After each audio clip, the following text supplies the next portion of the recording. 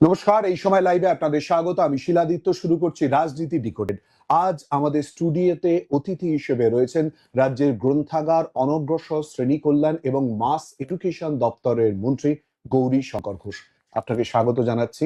ব্যস্ত সময়ে আমাদের স্টুডিওতে একেবারে সরাসরি উপস্থিতি। সাধারণত আপনাকে স্টুডিওতে পাওয়া যায় না, এবার স্টুডিওতে তো বটেই, এবং আপনি তো একেবারে শুরুতেই বিতর্কে। আপনি তো চেয়ার নিয়ে বিতর্কে, হঠাৎ চেয়ার নিয়ে টানাটানি কেন? আইসি চেয়ার সঙ্গে ভিলের চেয়ার, কেন পরিস্থিতি তৈরি হচ্ছে?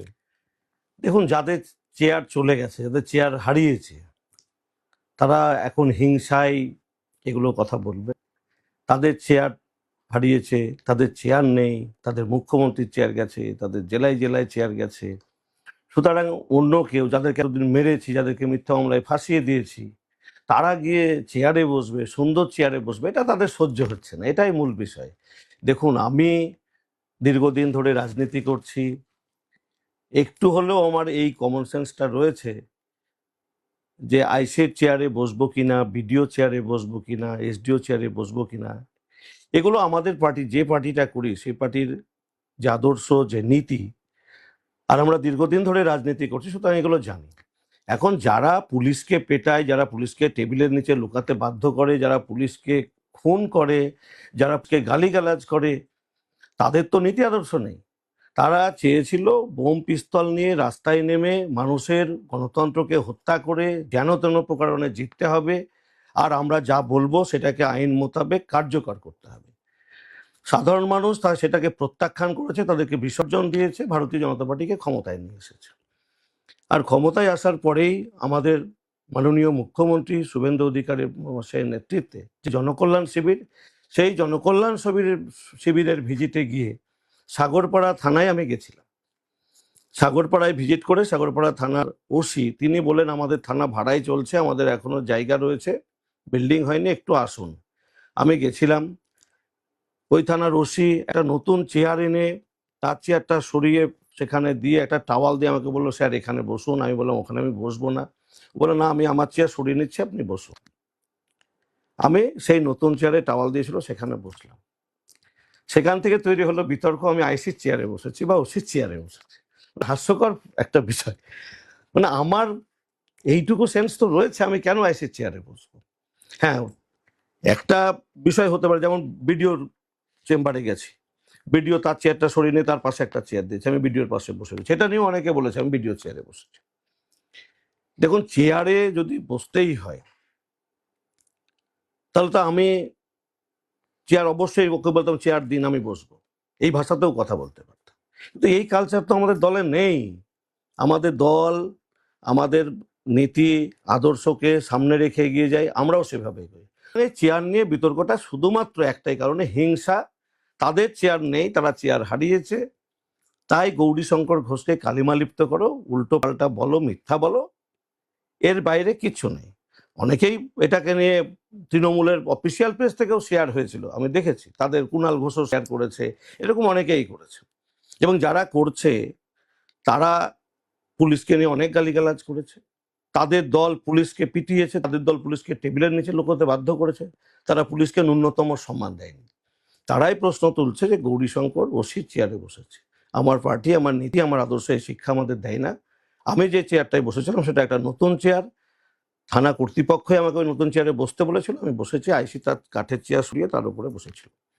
এটাকে নিয়ে অহেতুক জলঘোলা হয়েছে। হয়তো বললাম আপনাদেরকে, হিংসা।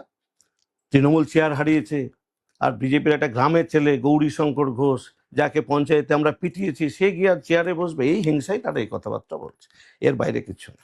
কিন্তু আপনি কি কবিতা পছন্দ করেন না?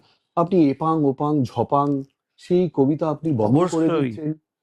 কবিতা অবশ্যই পছন্দ করি। জীবনানন্দ দাশ, বিশ্বকবি রবীন্দ্রনাথ ঠাকুর, সত্যেন্দ্রনাথ রায়, তাদের কবিতা অবশ্যই পছন্দ করি। মাইকেল মধুসূদন, সবার কবিতা। সাহিত্যও পড়ি, কবিতাও পড়ি, যতটুকু সময় পাই, বা ছাত্র জীবনেও পড়েছি। কিন্তু তাই বলে এই ধরনের কবিতা আমরা কোনোদিন পড়িনি।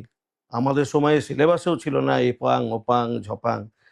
এটা কবিতা না কমেডি না ঠাকুমার ঝুলির গল্প, এটা নিয়ে সিদ্ধান্ত নেওয়া মুশকিল।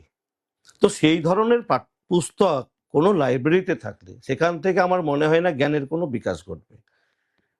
এ ধরনের পুস্তক রাখা মানে শুধুমাত্র লাইব্রেরিকে বই ভর্তি করে, মানে এমন একটা বই অপ্রয়োজনীয় গ্রন্থ রেখে লাইব্রেরিটাকে ভর্তি করা, বা এমনও হতে পারে যে এখান থেকেও একটা কাটমানি নিয়ে তার পার্টিকে সমৃদ্ধশালী করতে হবে, তার জন্য প্রাক্তন মুখ্যমন্ত্রীর বই কিনতে লাইব্রেরিকে বাধ্য করা হতে পারে যে আমার লেখা বই কিনতে হবে, 5 টাকার বই 500 টাকায় কিনতে হবে, তাহলে তাদের অ্যাকাউন্ট বাড়বে, পার্টির অ্যাকাউন্ট সমৃদ্ধশালী হবে। এ কারণে তাদেরকে বাধ্য করেছে, তারা লাইব্রেরিতে সেগুলো রেখেছে। লাইব্রেরির দিক থেকে মানুষ মুখ ফিরিয়ে নিয়েছে। কি হবে এপাং ওপাং ঝকাম পড়ে? লাইব্রেরিতে স্বাভাবিকভাবে মানুষ যায় নিজেদের জ্ঞানের বিকাশ ঘটাতে। যারা দুস্থ ছাত্রছাত্রী তারা বই কিনতে পারে না, লাইব্রেরিতে গিয়ে উন্নত মানের বই পড়ে সেখান থেকে জ্ঞান অর্জন করতে। তো সেই জায়গায় বিজ্ঞান, সাহিত্য, জিওগ্রাফি, ম্যাথ সব ধরনের বই থাকবে। তো সেই জায়গায় এপাং ওপাং ঝপাং থাকবে কেন? জাতীয়তাবাদী চিন্তাধারার বিকাশের জন্য গ্রন্থ থাকতে পারে, রাষ্ট্রবাদী গ্রন্থ থাকতে পারে, শিবাজী মহারাজের ইতিহাস থাকবে, রানা প্রতাপের ইতিহাস থাকবে। সেই জায়গায় এপাং ওপাং ঝপাং চলতে পারে না। আমাকে যেহেতু গ্রন্থাগারের দায়িত্ব দিয়েছে, আমি প্রথম দিনে গিয়ে বলেছি যে এই ধরনের অপ্রয়োজনীয় বই কে লিখেছেন সেটা বিষয় নয়, এই ধরনের অপ্রয়োজনীয় বই থাকবে না। তার জায়গায় যে সমস্ত গ্রন্থ পড়লে রাষ্ট্রবাদের বিকাশ ঘটবে, যে সমস্ত গ্রন্থ পড়লে জ্ঞানের বিকাশ ঘটবে, ছাত্রছাত্রী থেকে সকলে উপকৃত হবে, সেই ধরনের পুস্তক লাইব্রেরিতে রাখতে হবে। সুতরাং এপাং ওপাং ঝপাং ওটাকে আমি বাইরে দিতে বলেছি বলে কবিতা পছন্দ করি না, এটা বলা যাবে না। কবিতা অবশ্যই পছন্দ করি, কবিতা পড়েছি অনেক, এখন সময়ের অভাব, তবুও সময় পেলে পড়ি। চেষ্টা করবো যাতে এরই মধ্যে একটুখানি আবৃত্তিও শোনা যায়, তার জন্য চেষ্টা করব। খুব মজার ছলে নানান কথাবার্তা বলছেন, একটু সিরিয়াস জায়গায় আসতে হবে। দীর্ঘদিন লড়াই করেছেন, আপনি শুরু করলেন গ্রামের ছেলে বলে। গ্রামের ছেলে গৌরী শঙ্কর ঘোষ, ভোটে জেতা, তারপরে মন্ত্রী হওয়া, দীর্ঘ লড়াইয়ের পর কতটা প্রত্যাশিত, কতটা স্বপ্ন বাস্তব হওয়া?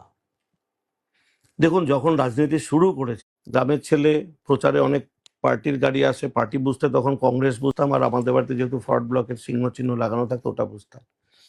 তো সে একটা ঠেলা গাড়িতে পোস্টার যাচ্ছিল, পোস্টার লাগাচ্ছিল, আমি তাকে বলে পোস্টার নিয়েছিলাম বইয়ে মলাট দেবো বলে।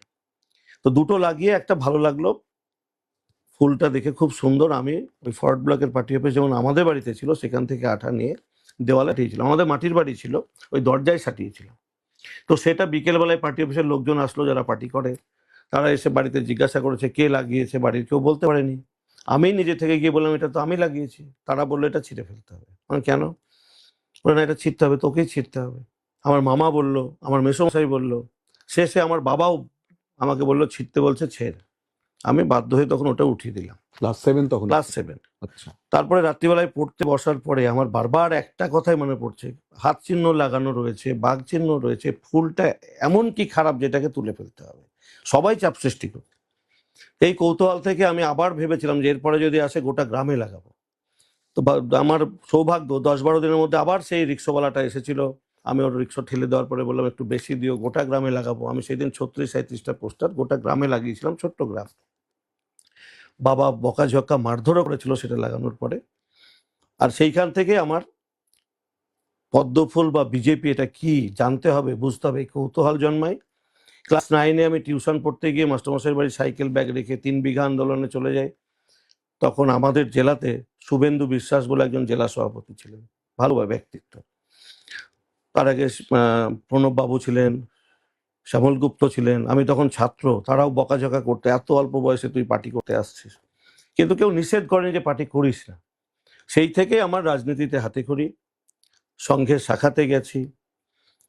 ক্লাস 9-এর পর থেকে সংঘের শাখায় আর যাওয়া সম্ভব হয়নি, তখন থেকেই পুরোপুরি বিজেপিতে। মাধ্যমিক পাস করার পরে আর্টস নিয়ে পড়েছি, পলিটিক্যাল সায়েন্স সাবজেক্ট ছিল। আমার এক মাস্টারমশাই, যিনি আমার রাজনৈতিক গুরু বলতে পারেন, স্বপন অধিকারী, যার কাছে আমি যেতাম গৃহশিক্ষক, ফ্রি কোচিং, তার বাড়িতে থাকা পড়া, তার কাছেই শিখে নিয়েছি পুরো রাজনীতিটা। প্রথম বই পড়েছিলাম রাজনীতি সম্পর্কে, দিব্যজ্ঞান নয় কাণ্ডজ্ঞান চাই, শিবপ্রসাদ রায়ের লেখা, 2 টাকা দাম ছিল। এটাই আমার প্রথম কোনো গ্রন্থ পড়া রাজনীতিতে যাওয়ার মধ্যে পড়ে। পরে বিজেপি পঞ্চনিষ্ঠা পড়েছি, শ্যামাপ্রসাদ মুখার্জি পড়েছি, ধীরে ধীরে পার্টির বিভিন্ন দায়িত্ব সামলেছি। 1997 98, 97, 98 আমাকে বাবা রাজনীতি ছাড়ানোর জন্য রবীন্দ্রভারতী বিশ্ববিদ্যালয়ে মাস্টার ডিগ্রি করার জন্য পাঠিয়ে দেয়। এখানে এসেও আমি রাজনীতি করেছি। এখানে এসে আমি আমাদের কেশব ভবনে গিয়েছি। এখানে এসে আমি বিশ্ব হিন্দু পরিষদের শ্যামবাজারে গেছি, তাদের কাছ থেকে বইপত্র নিয়েছি, পড়েছি। এটা আমাকে থামাতে পারেনি। আমি গ্র্যাজুয়েশন মাস্টার ডিগ্রি কমপ্লিট করার পরে আবার ফিরে যাই আমার মুর্শিদাবাদ। সেখানে গিয়ে টিউশন পড়ানো শুরু করি। টিউশন পড়াতে পড়াতেই আরও বেশি করে রাজনীতির মধ্যে প্রবেশ। সেই সময় অঞ্চল কমিটির দায়িত্ব নিয়েছি, যুব মোর্চার দায়িত্ব আমি এখানে আসার আগেই পেয়েছিলাম। যুব মোর্চার অঞ্চল কমিটি, যুব মোর্চার মণ্ডল কমিটি, এবং এখান থেকে ফিরে যাওয়ার পর মাস্টার ডিগ্রি করে যাওয়ার পরে আমি 2004-এ অঞ্চল কমিটির মেম্বার হয়েছিলাম, ব্লকের মেম্বার হয়েছিলাম। 2008 সালে প্রথম দায়িত্ব নিয়েছিলাম, বড় দায়িত্ব বলতে গেলে ব্লক প্রেসিডেন্টের দায়িত্ব, ভারতীয় জনতা পার্টি। তখন পার্টির সংগঠন খুব ছোট, কয়েকটা এলাকায় আমি কমিটি টমিটি বানিয়ে ধীরে ধীরে শুরু করেছিলাম সংগঠনের কাজ। 2011, 3 বছরের টার্মস, আবার সেকেন্ড টার্মসের জন্য আমি আবার ব্লক প্রেসিডেন্ট নির্বাচিত হই। 2011 থেকে 13 নভেম্বর পর্যন্ত আমি ব্লক প্রেসিডেন্টের পরে জেলা সেক্রেটারির দায়িত্ব পার্টি থেকে দিয়েছিল। সেটাও মোটামুটি 2 বছর সামলেছিলাম। 2016 সালের 31শে জানুয়ারি আমাকে জেলা সভাপতি ঘোষণা করা হয়েছিল। যিনি জেলা সভাপতি ছিলেন মাস্টারমশাই যাদব পান্ডে, তিনি 1-1.5 মাসের মধ্যেই পদত্যাগ করেছিলেন। আচ্ছা, সেই জায়গায় আমাকে বসানো হয়েছিল। অনেক বয়োজ্যেষ্ঠরা ছিলেন সেই সময়। আমিও ভেবেছিলাম যে সেই সমস্ত বয়োজ্যেষ্ঠরাই কেউ সভাপতি হবেন। হঠাৎ করে আমাকে তারা দায়িত্ব দেয়। দায়িত্ব নিতে আমি চাইনি, তবুও পার্টির সিদ্ধান্ত মানতেই হবে। আমি দায়িত্ব নেওয়ার পরে আমাকে নিয়ে বিক্ষোভও হয়েছিল। অনেক বয়োজ্যেষ্ঠ সিনিয়ররা ছিলেন, তো তারা খুব ভালোভাবে, সবাই হয়তো মেনে নিতে পারেননি সেই সময়, একটু একটু বিক্ষোভ। তারপরে ধীরে ধীরে সবাই মানিয়ে নিয়েছে, আমিও সকলকে নিয়ে চলেছি খুব সুন্দরভাবে। সবাই সহযোগিতা করেছে, আর সবার সহযোগিতা পেয়েছিলাম বলেই আবার দ্বিতীয় টার্মের জন্য আমাকে পুনরায় জেলা সভাপতি মনোনীত করা হয়েছিল বা নির্বাচিত করা হয়েছিল। আমি দুটো টার্ম পুরোপুরি মুর্শিদাবাদ, অখণ্ড মুর্শিদাবাদেরও সভাপতিত্ব করেছি, দক্ষিণ মুর্শিদাবাদেরও সভাপতিত্ব করেছি, এবং সেই সময়ে সমস্ত রাজনৈতিক দলের যারা নেতা রয়েছে তাদের কাছে শুনতে পাবেন যে বিজেপির শূন্য ছিল, সেখান থেকে অনেক যুবকদেরকে আমি দলের সঙ্গে যুক্ত করেছিলাম, এবং তাদেরকে যুক্ত করা আর বয়োজ্যেষ্ঠদের উপদেশ দুটোকে কাজে লাগিয়ে মুর্শিদাবাদ জেলায় একটা সংগঠন তৈরি আমরা করেছিলাম। যে সংগঠনের উপর ভিত্তি করেই আমরা 21 সালে দুজন ওখান থেকে নির্বাচিত হই, বহরমপুর এবং মুর্শিদাবাদ, আমি আর সুব্রত মৈত্র। তার আগে 18-র পঞ্চায়েত ইলেকশনে বেধড়ক মার খেয়েছি। 19 সালে আমার গাড়িতে গুলি চলেছে ডোমকলে। 20 সালে দিলীপদার কনভয়ে ছিলাম, দিলীপদা তখন রাজ্য সভাপতি, দিলীপদার গাড়ি ভেঙেছে, আমার গাড়ি ভেঙেছে। অনেক অত্যাচার হয়েছে, 7-8খানা মিথ্যা মামলা আমার নামে হয়েছে। বিভিন্নভাবে চেষ্টা হয়েছিল তৃণমূল পক্ষ থেকে যে থামিয়ে দেওয়ার, কিন্তু আমরা তো একটা নীতি আদর্শ নিয়ে চলি। সেই নীতি আদর্শকে থামানোর মতো ক্ষমতা তৃণমূলের ছিল না। তারা মেরেছে, মেরে ফেলা চক্রান্ত করেছে, গুলি চালিয়েছে, বাড়ি জ্বালিয়ে দেওয়ার জন্য চেষ্টা করেছে, অনেক কার্যকর্তাকে মিথ্যা মামলায় জেলে রেখেছে। আমরা সকলকে নিয়ে লড়াই করে বিজেপিকে একটা শক্ত ভিতের উপর মুর্শিদাবাদ জেলায় দাঁড় করিয়েছি। আজকের দিনে সেই জেলাতে বিজেপি 8টা আসনে জিতেছে। মানুষ বুঝতে শিখেছে। তৃণমূল কংগ্রেস, সিপিএম প্রত্যেকেই বলতো বিজেপি হিন্দুদের পার্টি, বিজেপি মুসলমানদের তাড়িয়ে দেবে, বিজেপি মুসলমানদেরকে নামাজ পড়তে দেবে না, মসজিদ বানাতে দেবে না, অনেক প্রচার করে একটা সমাজকে বিজেপি থেকে দূরে রেখেছে। শুধু দূরে রাখাই নয়, সেই সমাজটাকে বিজেপির প্রতি বিদ্বেষ মনোভাবাপন্ন করে তুলেছে। আর আমি সেই রকম একটা জেলায় বাস করি যেখানে প্রায় 70% মুসলমানের বাস। সেখানে থেকেও পার্টিটাকে এই জায়গায় আনতে পেরেছি। আমাদের সমস্ত স্তরের কার্যকর্তাদের ঐক্য, নিষ্ঠা, আদর্শর প্রতি আসক্তি, সেই কারণে আমরা আজকে পার্টিকে এই জায়গায় আনতে পেরেছি। মোটামুটি আমি এটা বলতে পারি যে মুর্শিদাবাদ জেলায় আজকের দিনে দাঁড়িয়ে ভঙ্গুর তৃণমূল, বৃদ্ধ প্রায় কংগ্রেস, বিলুপ্ত প্রায় সিপিএম, এদেরকে আর মানুষ বিশ্বাস করে না। মানুষ চাইছে সবকা সাথ সবকা বিকাশের সঙ্গে থাকতে, আর আমরাও মানুষকে সেই বিকাশের রাজনীতির স্বাদ পাওয়ানোর জন্য গ্রামে গঞ্জে ময়দানে নেমে রাজনীতি করছি। বাড়ির লোক এবং গ্রামের মানুষ যখন জানতে পারলেন গৌরীশঙ্কর ঘোষ তো ভোটে জিতেইছেন, তার সঙ্গে এবারে মন্ত্রী হিসেবে শপথ নিচ্ছেন, কি বললেন? মেয়েই বা কি বলবে? গ্রামের মানুষ খুব খুশি, স্বাভাবিক। এত বড় একটা দায়িত্ব আমাদের গৌরীদা পেয়েছে। মানুষ ভাবতেই পারেনি যে এই গ্রামের ছেলে গৌরীশঙ্করকে মন্ত্রিত্ব দেবে, সে যে মন্ত্রী হোক না কেন। তো অবশ্যই বাড়ির সামনে নাচ গান তারা করেছে। আমি তো কলকাতায় তখন পার্টি অফিসে গেলাম, অনেক মানুষের ভিড়, প্রচুর বাজি পোড়াচ্ছে, গান বাজনা হচ্ছে, মালা পড়াচ্ছে। ভালোও যেমন লাগছিল, তার সঙ্গে সঙ্গে এটাও মনে হচ্ছিল যে মানুষের এই যে এত আবেগ, এই আবেগকে একটা সময় কন্ট্রোল করতে গেলে আমাকে মানুষকে পরিষেবা দিতে হবে। সে কারণে এটা যেমন একদিকে ভালো লেগেছে, তেমন একটা চ্যালেঞ্জের সামনেও আমাকে দাঁড় করিয়েছে। রাজনীতিতে অবশ্যই আমি সফল হয়েছি সংগঠন করার দিক থেকে। এখন আমার লড়াই অনগ্রসর কল্যাণ দপ্তর আর আমার মাস এডুকেশন এবং লাইব্রেরি নিয়ে মানুষকে পরিষেবা দেওয়া। মাননীয় মুখ্যমন্ত্রী শুভেন্দু অধিকারীর নেতৃত্বে যে সরকার চলছে, সেই সরকারের একজন মন্ত্রী হিসেবে সফল আমাকে হতেই হবে। বাড়ির লোক অবশ্যই খুশি, সবাই খুশি যে এই ছেলেটাকে আমরা অনেক বাধা দিয়েছি, সে আজকে মন্ত্রী হয়েছে। আমার বাবাও খুশি, সব থেকে বেশি খুশি আমার মা। কারণ আমাকে রাজনীতিতে যখন বাড়ি থেকে বাবা বাধা দিত রাজনীতি করতে হবে না, তখন কিন্তু আমাকে সব ধরনের সহযোগিতা করেছে আমার মা। বাবা বকতো, ঘরে বলতো আটকে রাখো, এখানেই পড়বে, এখানেই খাবে। বাবা বাড়ির বাইরে গেলে বেরিয়ে দেওয়া, বের করে দেওয়া, খেলতে দিতে দেওয়া, এগুলো মা করেছে। সেজন্য মা খুব খুশি। এখন মা একটু কষ্ট পায় যে আমি 3 দিন বাড়ি আসবো না, তখন মার খারাপ লাগে। ওই জন্য সকালে উঠে একবার ফোন করি, রাত্রিবেলা একবার মাকে ফোন করি। তো এগুলো চলছে, ভালো লাগছে। মেয়ে খুব মানে বয়সে খুব ছোট, 6 বছর, তাও বলে বাবা তুমি তো আমাকে সময় দিচ্ছ না, তোমাকে তো এখন মানুষকে সময় দিতে হবে। হয়তো গল্প টল্প শোনে, এগুলো বলে। বাকি যেটুকু থাকি বাড়িতে একটু সময় দিই। আমাদের বাড়িতে ডেয়ারি রয়েছে, আমরা গোয়ালা, এখনো 20খানা গরু রয়েছে। বাড়িতে পনির হয়, দই হয়। আগে আমিও দাদাকে হেল্প করতাম, প্রথমে বাবা করতেন, এখন দাদা পুরোটা দেখে। ওটাই আমাদের আয়ের প্রধান উৎস বলতে পারেন, ডেয়ারি। আর আমাদের কিছুটা জমি জায়গাও রয়েছে, সেটা এখন আর আমরা সরাসরি নিজেরা পারি না আবাদ করতে, কারণ বাড়িতে লোকজন কম, লেবার দিয়ে করতে হয়। এটাই মূলত আমাদের একটা যৌথ পরিবার, বাড়িতে বাবা মা দাদা বৌদি ভাইপো ভাইজি আমি, আমার মিসেস, আমার মেয়ে, এই 9 জনের পরিবার। একদম খুব আনন্দের সঙ্গে আমরা গ্রাম্য জীবন উপভোগ করি। যৌথ পরিবার, ভালো লাগে, গ্রামের মানুষের সঙ্গে খোলামেলা মেশা। তো শহর খারাপ লাগে এটাও আমি বলবো না, অবশ্যই শহরের প্রয়োজনীয়তা রয়েছে, শহরকেও ভালো লাগে। কিন্তু গ্রামে যেমন খোলামেলা একটা পরিবেশ, এটা শহরে পাওয়া স্বাভাবিকভাবেই সম্ভব নয়।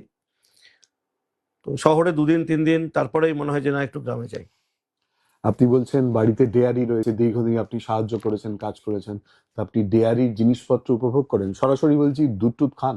অবশ্যই দুধ তো খেতেই হবে, ঘষে ছেলে। টক দই আর দুধ বাড়িতে থাকলে দুটো অবশ্যই খাবো। দুপুরে টক দই, বা বাড়ি থেকে বেরোনোর সময় টক দই, মুড়ির সঙ্গে হতে পারে, রুটির সঙ্গে হতে পারে, ভাতের সঙ্গে হতে পারে। আর রাত্রিবেলায় দুধ।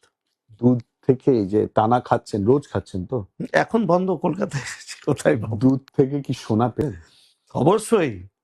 সোনা সেই অর্থে আমি যে অলংকার পড়ছি বা সব্যসাচীর বান্ধবীর ঘরে যে সোনা পাওয়া গেছে সেই সোনা নয়। এ সোনা তরল সোনা, যে সোনা সুষম খাদ্য হিসেবে আমরা ব্যবহার করি, সে সোনা অবশ্যই রয়েছে। আপনি কিন্তু খুব ইন্টারেস্টিং, মানে একেবারে দুধ থেকে, তরল সোনা থেকে, সব্যসাচী দত্তের বান্ধবীর বাড়িতে পাওয়া সোনা, সবটাকে রিলেট করিয়ে দেওয়া। 2018 সালে আপনি তৃণমূল কংগ্রেসের হাতে মার খেয়েছেন। আপনি বলছেন প্রাণ সংশয় নিয়ে পরিবারের মধ্যে একটা আতঙ্কের জায়গা তৈরি হয়েছিল, বাড়ি প্রায় জ্বালিয়ে দেওয়া। আপনি লোকসভা নির্বাচনে ভোটেও দাঁড়িয়েছিলেন। বিজেপির অন্যতম গুরুত্বপূর্ণ এজেন্ডা 2024 পরবর্তী সময়, অবশ্যই করে 2026 তো বটেই, ফেন্সিং অর্থাৎ অনুপ্রবেশ ইস্যু। আপনি যখন গিয়েছিলেন প্রচারে, যেহেতু মুর্শিদাবাদ কার্যত বর্ডার, সেই জায়গায় কি দেখেছিলেন, আজ কি দেখছেন? তখন তো উন্মুক্ত বর্ডার, একদম উন্মুক্ত।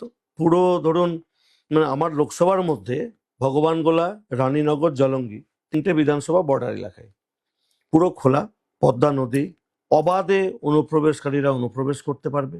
কারণ বিএসএফ এর পক্ষে ওইটুকু মানে একটা চৌকিতে একজন 200 মিটার বা 300 মিটার দূরে আরো একটা চৌকি, এইসব জায়গা থেকে রাত্রির অন্ধকারে বা এই সময়ে পুরো পাটের জমি, 500 বিঘা, 700 বিঘা, 1000 বিঘা, শুধুই পাট, ওর মধ্যে কেউ ঢুকে গেলে আর দেখতে পাবে না। সেই জায়গায় দাঁড়িয়ে যদি ফেন্সিং না থাকে, বিএসএফ এর পক্ষে অসম্ভব অনুপ্রবেশ আটকানো। সে কারণে দীর্ঘদিন ধরে অনুপ্রবেশ সমস্যা এই বাংলায় রয়েছে, আমাদের জেলায় রয়েছে। অনুপ্রবেশের জন্য কর্মসংস্থান হারিয়েছে বাংলার মানুষ, অনুপ্রবেশের জন্য কর্মসংস্থান হারিয়েছে আমার জেলার মানুষ, অনুপ্রবেশের জন্য আজকের আমাদের নিরাপত্তা বিঘ্নিত হচ্ছে, অনুপ্রবেশের জন্য সার্বভৌমত্ব চ্যালেঞ্জের সামনে দাঁড়াচ্ছে। সেই জায়গায় দাঁড়িয়ে নতুন সরকারের মুখ্যমন্ত্রী সম্মানীয় শুভেন্দু অধিকারী মহাশয় যেভাবে তিনি অতি দ্রুততার সঙ্গে প্রয়োজনীয় জমি বিএসএফ এর হাতে তুলে দেওয়ার জন্য নির্দেশ জারি করেছেন এবং যে পেয়েও গেছেন বিএসএফ এর, এবং ফেন্সিং এর কাজ শুরুও হয়ে গেছে আমার জেলাতে। ভালো লাগছে, আমি এরপরেও গেছিলাম, সেই দিন রাত্রিবেলায় আমি বিএসএফ এর ওই দেখতে গেছিলাম, রাত্রি হয়ে গেছিল। তো আমরা গ্রামের মানুষও খুব খুশি, ফেন্সিং দিচ্ছে। দু একটা জায়গায় মানুষ একটু অসন্তুষ্ট, তাদের জমি ওপারে পড়ে যাচ্ছে। তো ভালো কিছু পাওয়ার জন্য সামান্য ত্যাগ স্বীকার করতে হবে, আমরা মানুষজনকেও বোঝাচ্ছি, মানুষও বুঝতে চাইছে। তো এই ফেন্সিং সম্পন্ন হলে পুরোপুরি অনুপ্রবেশ বন্ধ হবে, আমাদের যে সার্বভৌমত্ব, আমাদের যে নিরাপত্তা সেটা সুনিশ্চিত হবে, আমাদের কর্মসংস্থান আমাদের রাজ্যের মানুষ, আমাদের জেলার মানুষ পাবে। সুতরাং মানুষ খুশি, ফেন্সিং দেওয়া হচ্ছে, জমি পাচ্ছে। বিগত দিনে রাজ্য সরকার কেন্দ্র সরকারের সঙ্গে অসহযোগিতা করেছে, শুধু অসহযোগিতা নয়, প্রাক্তন মুখ্যমন্ত্রী বিএসএফকে নিয়ে প্রশ্ন তুলেছিলেন, বিএসএফ এর ভূমিকা নিয়ে প্রশ্ন তুলেছিলেন, যারা নিজেদের জীবনকে বিপন্ন করে বর্ডারে দাঁড়িয়ে থাকে দেশ রক্ষার জন্য, আমাদেরকে নিশ্চিন্তে ঘুমাতে দেওয়ার জন্য, তাদের প্রতিও প্রশ্ন তুলেছেন প্রাক্তন মুখ্যমন্ত্রী। আজকে নতুন মুখ্যমন্ত্রী মাননীয় শুভেন্দু অধিকারী মহাশয় এসেই বিএসএফরাও যেন সুন্দরভাবে ডিউটি করতে পারে তার জন্য প্রয়োজনীয় পদক্ষেপ নিয়েছেন। ধন্যবাদ মাননীয় মুখ্যমন্ত্রী।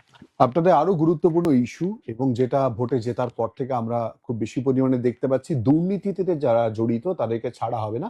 একদম আপনাদের ঘোষিত অবস্থান, প্রতিশ্রুতি এবং সেই অনুযায়ী যাতে কাজ হয় সেই ছবি আমরা দেখতে পাচ্ছি। গতকালও শুভেন্দু অধিকারী, আপনি নিশ্চয়ই বিধানসভায় ছিলেন, শুভেন্দু অধিকারী বক্তব্য থেকে বারবার করে বেরিয়ে এসেছিল, বাস্তবে ছবি তো দেখতে পাচ্ছি। কিন্তু একটা বিষয় বলুন, এই যে চারিদিকে চোর চোর স্লোগান, ডিম ছোড়া হচ্ছে, এটাকে কিভাবে দেখছেন আপনি? দেখুন, ডিম ছুড়লেই আর চোর চোর বলে চিৎকার করলেই এই দুর্নীতি তো আটকানো যাবে না। মানুষের আবেগের বহিঃপ্রকাশ, এত চুরি করেছে, এত কাটমানি, এত তোলাবাজি, এত অত্যাচার। আজকে মানুষ একেবারে মানে মানুষকে জিজ্ঞাসা করলে বলছে খুব ভালো লাগছে, মনে হচ্ছে একেবারে সতেজ সজীব একটা পরিবেশের মধ্যে আছে। তো এই যে মানুষের ভালো লাগা, ভালোবাসা, আর তখন ওই পরিবেশের মধ্যে যখন একটা দুর্নীতিবাজ লোক যাচ্ছে, মানুষ আবেগকে আটকে রাখতে না পেরে কেউ ডিম ছুটছে, কেউ চোর বলছে। যদিও এটা কাম্য নয়, কারণ হিংসা মুক্ত সমাজ গড়তে আমরা চাইছি। সুতরাং এই ডিম ছোড়া, চোর বলা, এ থেকে বড় হিংসার ঘটনা ঘটতে পারে। আমাদের রাজ্য সভাপতিও বলেছেন, বা আমরাও বলছি, এ ধরনের ঘটনা আমরাও সমর্থন করি না। কিন্তু কিছু মানুষ রয়েছে যারা আবেগ নিয়ে চলে, আর কিছু তৎকাল বিজেপি, যারা হয়তো সেই দিন কাউন্টিং এর আগের মুহূর্ত পর্যন্ত তৃণমূল কংগ্রেস ছিল, তারা নিজেদেরকে বড় বিজেপি প্রমাণ করার জন্য যে নেতাকে ডিম মারছে সেই নেতার সঙ্গেই হয়তো ঘুরতো, সেই রকম লোকও তাকে ডিম মারছে। এগুলো অনেক জায়গায় দেখা গেছে। তো সে ব্যাপারে আমাদের পার্টি নজর রাখছে, কারা এই ধরনের কাজ করছে, তারা কবেকার বিজেপি, কোন বিজেপি, এগুলোর প্রতি নজর রাখছে। আগামী দিনে এই ঘটনা যেন না ঘটে তার জন্য পার্টিও সচেষ্ট, সরকারও সচেষ্ট। ভালো তৃণমূল, খারাপ তৃণমূল, বিরোধী দল কার্যত ছত্রখান হয়ে গেছে, বিধানসভাতেও তো বোঝা যাচ্ছে না। দেখুন, কে ভালো আর কে খারাপ, আমার কাছে তৃণমূলই। যে পার্টির নীতি নেই, আদর্শ নেই, একটা কোম্পানির মতো ব্যবসা করত, আজকে কোম্পানির প্রোডাক্ট খারাপ, মানুষের কাছে প্রমাণিত হয়েছে, কোম্পানি ছত্রখান হয়ে গেছে। ওদের মধ্যে কেউ, একদিকে দেখছি বিধানসভার মধ্যে বর্ষিয়ান তৃণমূল নেতা শোভনবাবু বসছেন, কামারহাটির বিধায়ক, রঙিন বিধায়ক মদন দাও বসছেন, সঙ্গে আমরা দেখতে পাচ্ছি অশোক দেব, নিও বর্ষিয়ান নেতা তৃণমূলের, বেলেঘাটার বিধায়কও থাকছেন কুণাল বাবু, তারা একদিকে বসছেন। উল্টো দিকে তৎকাল তৃণমূলই বলবো, 5 বছরের তৃণমূল বা 7 বছর বামপন্থী রাজনীতি করতেন যিনি, ঋতব্রত, তিনি বিরোধী দল নেতা, প্রাক্তন মুখ্যমন্ত্রীর কাছের, তার বাড়ি থেকে সীমায় আসতো ঈদের দিনে, মাননীয়া বলতেন, ভাই ফোঁটাও দিতেন। সেই ববি হাকিম তিনিও আজকে মাননীয়ার বিরুদ্ধে গিয়ে বসছেন। মানে তারা যে কি নাটক করছে বলা খুব মুশকিল। এ নাটক কোথায় থেকে লেখা হচ্ছে, কালীঘাট থেকে না ক্যামাক স্ট্রিট থেকে সেটা জানা নেই, কিন্তু তৃণমূলই, যাদের নীতি আদর্শ নেই, যাদের লক্ষ্যই হচ্ছে তোলাবাজি, কাটমানি, খুন, ধর্ষণ, গণতন্ত্র হত্যা। তাই ভালো তৃণমূল খারাপ তৃণমূল বলে আমার চোখে নেই। তৃণমূলকে আমি তৃণমূল বলেই জানি, যে তৃণমূলের নীতি আদর্শ নেই। আমরা দেখতে পাচ্ছি পশ্চিমবঙ্গের রাজনীতিতে ভোটে জেতার পরেও রাজনীতির রঙ্গ যেন থামছে না, সেটা দিল্লি পর্যন্ত চলে গেছে। সাংসদদের মধ্যেও একই পরিস্থিতি তৈরি হয়েছে, সেখানেও বিদ্রোহী সাংসদদের বক্তব্য এনসিপিআই তে মিশে যাওয়া। এই রকম পরিস্থিতি বাংলার রাজনীতি দিল্লি পর্যন্ত টেনে নিয়ে গেল। এবং কবে ভোটের রেজাল্ট বেরিয়েছে, সরকার তার কাজ শুরু করে দিল, তাদের ঘোষিত কর্মসূচি অনুযায়ী রীতিমতো রূপায়ণের জন্য এগিয়ে চলে যাচ্ছে, ডিএর কথা জানিয়ে দিল, যা আগে থাকতে বলা হয়েছিল যে অবশ্যই করে পূরণ করার চেষ্টা করা হবে, আর বোধহয় 22% বাকি হয়েছে সেই জায়গায়। দিল্লিতেও তো থামছে না, কি করছেন আপনারা? দেখুন, আমরা আর কি করবো, আমরা আমাদের নীতি আদর্শ লক্ষ্যকে নিয়ে এগিয়ে চলেছি, আমাদের সংকল্পপত্রকে রূপায়ণের জন্য কাজ করছি। তৃণমূল কি করবে বুঝে উঠতে পারছে না। মানুষ তাদেরকে বিসর্জন দিয়েছে, মানুষ তাদেরকে প্রত্যাখ্যান করেছে। স্বাভাবিকভাবেই যারা এমপি রয়েছেন তারা দেখছেন যে যে তৃণমূলকে আজকে বাংলার মানুষ বিসর্জন দিয়েছে, প্রত্যাখ্যান করেছে, সেই তৃণমূলের জোড়া ফুল নিয়ে আগামী দিনে লোকসভায় হয়তো জেতা যাবে না, তাই নতুন দল করতে হবে। এটা একটা তাদের চিন্তা ভাবনা হতে পারে। দ্বিতীয়ত, তারা যদি করাপশনের সঙ্গে যুক্ত থাকেন, তারা ভাবছেন যে আমরা মমতা ব্যানার্জি, অভিষেক ব্যানার্জির কাছ থেকে বেরিয়ে এসে নতুন দল খুললে আমরা হয়তো এই দুর্নীতির হাত থেকে রেহাই পেয়ে যাব, এ ভাবনা থাকতে পারে। অথবা তৃণমূল নেত্রী এবং তাদের নেতার সাজানো নাটকের জন্য তারা এই ঘটনা ঘটাতে পারে। এটা তাদের সম্পূর্ণ নিজস্ব ব্যাপার, তাদের ব্যক্তিগত ব্যাপার। কিন্তু এটা আমি বলবো যে তৃণমূল কংগ্রেসকে মানুষ প্রত্যাখ্যান করেছে। তারা নাটক করুক, তুল দল করুক, বা অন্য কোনো দলের সঙ্গে মিশে যাক, এরা ভোটে দাঁড়ালে মানুষ এদেরকে প্রত্যাখ্যান করবে, এদেরকেও বিসর্জন দেবে। মানুষ সবকা সাথ সবকা বিকাশ এটাই দেখতে চাইছেন। যেভাবে আমরা সংকল্পপত্রের কথা বলেছিলাম, সেই সংকল্পপত্র মাননীয় মুখ্যমন্ত্রী 1 মাস 15 দিনের মধ্যে আমরা 20% দিয়ে দিলাম, যেটা 15 বছরে মমতা ব্যানার্জি দিতে পারেন। তো আজকে যে বিজেপি যেটা বলেছে অন্নপূর্ণা ভান্ডার আমরা দিচ্ছি, আমরা জুলাই থেকে আয়ুষ্মান ভারতের জন্য জনকল্যাণ শিবিরে আমরা কার্ড মানুষ যেন পায়, সুবিধা পায়, তার জন্য শিবিরের ব্যবস্থা করেছি। আমরা বাজেটেও ঘোষণা করেছি যে গ্র্যাজুয়েশন কমপ্লিট করেছে সেই সমস্ত ছাত্রছাত্রীরা তাদের পড়াশোনা চালিয়ে যাওয়ার জন্য 3,000 টাকা করে পাবে। যারা 21-এর নিচে গ্র্যাজুয়েশন করেনি তারা 2,000 টাকা পাবে। একই সঙ্গে কোনো বোন উচ্চ মাধ্যমিক পাশ করেছে, তার বাড়ির লোক তাকে বিয়ে দিয়ে দিতে চাইছে, সে বিয়ে না করে কলেজে গিয়ে ভর্তি হলে এককালীন 50,000 টাকা আমরা সংকল্পপত্রে বলেছিলাম, বাজেটেও ঘোষণা করেছি। মাতৃত্বকালীন অবস্থায় 21,000 টাকা 6টা পুষ্টি কিট, সেটাও আমরা বাজেটে রেখেছি। বিনে ভাড়াতে সরকারি বাসে যেতে পারবে মা বোনেরা, সেগুলোও রূপায়ণ হয়েছে। অর্থাৎ এই সরকার সবকা সাথ সবকা বিকাশ, মোদিজির যে স্লোগান ছিল, সেই স্লোগান এই বাংলাতেও রূপায়ণ হবে। বাংলা আবার সোনার বাংলা হবে। আমরা যেমন সমৃদ্ধশালী ভারত, শক্তিশালী ভারতের কথা বলি, ভারতবর্ষের কোনো একটা অংশ যদি পিছিয়ে থাকে তাহলে ভারত কখনোই শক্তিশালী হতে পারবে না, ভারত সমৃদ্ধশালী হতে পারবে না। তাই যে বাংলা একসময় সারা দেশকে পথ দেখাতো, যে বাংলা স্বাস্থ্য, শিক্ষা, কর্মসংস্থান, শিল্প, কৃষি সব দিক থেকে স্বাধীনতার সময় এগিয়েছিল, সেই বাংলা আছে সার্বিকভাবে বিচার করলে ভারতবর্ষের 20তম 21তম রাজ্য হিসেবে পরিগণিত হয়। এটা আমাদের লজ্জা। যে রাজ্যে রবীন্দ্রনাথ ঠাকুর জন্মেছেন, কাজী নজরুল ইসলাম জন্মেছেন, নেতাজি সুভাষ জন্মেছেন, বিবেকানন্দ জন্মেছেন, বঙ্কিম চ্যাটার্জি জন্মেছেন, সেই রাজ্যের মানুষ আজকে পরিযায়ী শ্রমিক। সেই রাজ্যের মানুষ আজকে ডাক্তার বোনকে ধর্ষণ করছে। সেই রাজ্যের মানুষ শিশু থেকে বৃদ্ধাকে শ্লীলতাহানি থেকে ধর্ষণের ঘটনা ঘটাচ্ছে। সেই রাজ্যে আজকে গণতন্ত্র নেই, কোনো শিল্প বিনিয়োগ করতে আসছে না। এটা আমাদের লজ্জা। তাই মানুষ তাদেরকে প্রত্যাখ্যান করেছে। স্বাধীনতার 80 বছর অতিক্রান্ত হয়েছে, এখনো মানুষকে রাস্তায় হকারি করতে হচ্ছে। কেন করতে হবে? আজকে হকার উচ্ছেদ নিয়ে সিপিএম কংগ্রেস আন্দোলনে নামছে। হকার হতে বাধ্য হলো কেন? এই প্রশ্নের জবাব তো কংগ্রেস, সিপিএম, তৃণমূলকে দিতে হবে। স্বাধীনতার পর 80 বছর হয়ে গেছে, কেন তারা কর্মসংস্থানের ব্যবস্থা করতে পারেনি? কেন শিল্প আনতে পারেনি? কেন শিল্পপতিরা পালিয়ে গেছে? মানুষ বাধ্য, পেট বাঁচাতে জায়গা নেই, জমি নেই, রাস্তায় হকারি করছে। এটা তো মানুষ বাধ্য হয়ে রাস্তায় নেমে হকারি করছে। আমাদের লক্ষ্য হকারদের হকারি বন্ধ করা নেই, যানজট সমস্যাও যেমন মুক্ত করতে হবে, হকারদেরও আগামী দিনে ব্যবস্থা করতে হবে। একটা 12 দিন, 15 দিন, 25 দিন বা 1 মাসের সরকার 80 বছর যারা পারেনি তারা কোন লজ্জায় রাস্তায় নেমে আন্দোলন করে আমার বোধগম্য নয়। যারা হকার তৈরি করলো, যারা শিল্প ধ্বংস করলো, যারা গণতন্ত্রকে হত্যা করলো, যারা প্রকাশ্য দিবলোকে চাকরি বিক্রি করলো, তারা সততার কথা বলছে, তারা হকার বাঁচানোর কথা বলছে। কেন আজকে বিজেপিকে 80 বছর পরে এই কাজগুলো করতে হবে? এগুলো তো কংগ্রেস, সিপিএম, তৃণমূলের করা উচিত ছিল। আজকে আমাদের সরকার সার্বিকভাবে বাংলাকে এগিয়ে নিয়ে যাওয়ার জন্য কাজ শুরু করেছে। মাননীয় মুখ্যমন্ত্রীর নেতৃত্বে পুরো মন্ত্রিসভা সেই কাজ করে চলেছেন। আমাদের বিশ্বাস এই 5 বছরের মধ্যেই মানুষের মধ্যে এই ধারণা জন্মাবে বিজেপিই পারে একমাত্র বাংলাকে সোনার বাংলা করতে। তার নমুনা আমরা পেয়েছি বা তার সুবিধা পাচ্ছি, তার স্বাদ আমরা পাচ্ছি, এটা মানুষ বিশ্বাস করতে শুরু করেছে। আমার শেষ 3টে প্রশ্ন। প্রথম প্রশ্ন, অধীর চৌধুরী আপনাকে ফোন করেছেন বা ভোটে জেতার পর এবং মন্ত্রী হবার পর কথা হয়েছে, সাক্ষাৎ হয়েছে? না, দেখুন, অধীরবাবুর সঙ্গে না ফোনে কথা হয়েছে, না তিনি ধন্যবাদ জানিয়েছেন। কংগ্রেসের মধ্যে থেকে ধন্যবাদ জানিয়েছেন তারই ছায়াসঙ্গী জয়ন্তদা, তাকে আমি চিনি। সে ফোন করেছে, তিনি জেনেছেন, আমিও তার খোঁজ খবর নিয়েছি, তিনিও ক্যান্সারে আক্রান্ত, সে ফোন করেছিলেন। তৃণমূলের কয়েকজন হোয়াটসঅ্যাপে মেসেজ পাঠিয়েছিলেন, এটুকুই। 3টে দফতরের আপনি দায়িত্বে রয়েছেন, সব থেকে চ্যালেঞ্জিং কোনটা আপনার? দেখুন, দপ্তর অ্যাকচুয়াল দুটো, একটা হচ্ছে অনগ্রসর কল্যাণ দপ্তর, আর ওই দুটোকে মিলে একটা মাস এডুকেশন লাইব্রেরি। অবশ্যই সব থেকে চ্যালেঞ্জের বিষয় হচ্ছে অনগ্রসর কল্যাণ দপ্তর, কারণ এখানে পিছিয়ে পড়া মানুষদেরকে মূল স্রোতে ফিরিয়ে আনার জন্য কাজ করতে হবে।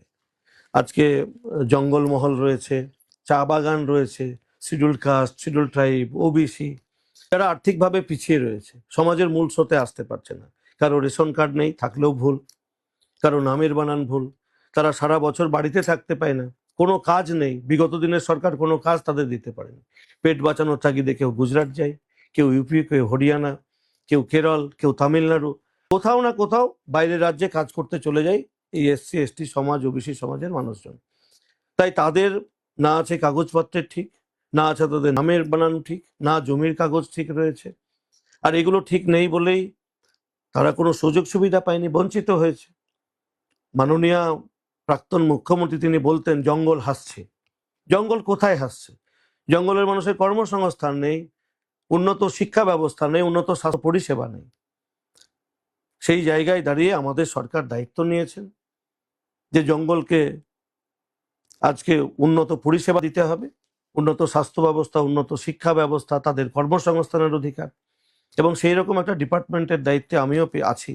সুতরাং আমার এটাও একটা চ্যালেঞ্জ যে জঙ্গলমহল যেন উপকৃত হয়, এসসি এসটি ওবিসি সম্প্রদায়ের মানুষ সরকারের ঘোষিত যে সমস্ত উন্নয়নমূলক কর্মসূচি রয়েছে সেটা প্রত্যেকটা গ্রামে যেন রূপায়ণ করতে পারি, সেটা অবশ্যই একটা চ্যালেঞ্জের বিষয়, বড় লড়াই। আর আমার বিশ্বাস বিগত দিনের রাজনীতিতে অনেক লড়াই লড়েছি, এই লড়াইয়েও আমি সফল হব, আমার সরকার সফল হবে। শেষ প্রশ্ন করব, একটু পরেই আপনি বিধানসভায় যাবেন, আপনার সতীর্থদের সঙ্গে অবশ্যই করে দেখা হবে। আর যাকে আপনি মন্ত্রিসভার বৈঠকে স্যার বলতে গিয়ে ভুল করে দাদা বলে ফেলেন, মুখ্যমন্ত্রী শুভেন্দু অধিকারী, তার কাছে কি প্রত্যাশা, কি দেখছেন আগামী দিনের কর্মসূচিতে, আর কি কি ঝুলিতে বা ভাঁড়ারে রয়েছে? দেখুন, উনি যেভাবে এই 1 মাস 15 দিনের মধ্যে এত দ্রুততার সঙ্গে কাজ শুরু করে দিয়েছে, না আমাদের তো মনে হচ্ছেন যে আমাদের মাননীয় মুখ্যমন্ত্রী যে সংকল্পপত্র আমরা দিয়েছি 5 বছরে করব, সেটা 1 বছরেই হয়তো করে ফেলবেন, এত দ্রুততার সঙ্গে কাজ করছে। ভালো লাগছে যে প্রতিশ্রুতি আমরা সরকারে আসলে মানুষকে দেব বলেছিলাম, সেই প্রতিশ্রুতি একটার পর একটা উনি প্রতিদিন রূপায়ণ করছেন। বাজেটেও অনেকগুলো বিষয় রেখেছে, আমরা যখন তার কাছে গিয়ে বসি আমরাও অনেক আবদার করি, সেগুলো উনি পূরণ করেন। সুতরাং আমাদের বিশ্বাস তার নেতৃত্বে বাংলা অবশ্যই সোনার বাংলা হবে, বাংলার প্রত্যেকটা মানুষ উন্নয়নের সুফল পাবেন। আমরা যার জন্য বিজেপিকে ভোট দিয়েছি, বাংলার মানুষ ভাবছে গণতন্ত্র, উন্নত স্বাস্থ্য ব্যবস্থা, উন্নত শিক্ষা পদ্ধতি, মা বোনদের সুরক্ষা, কর্মসংস্থান, বিশুদ্ধ পানীয় জল থেকে শুরু করে আরও অনেক কিছু রয়েছে।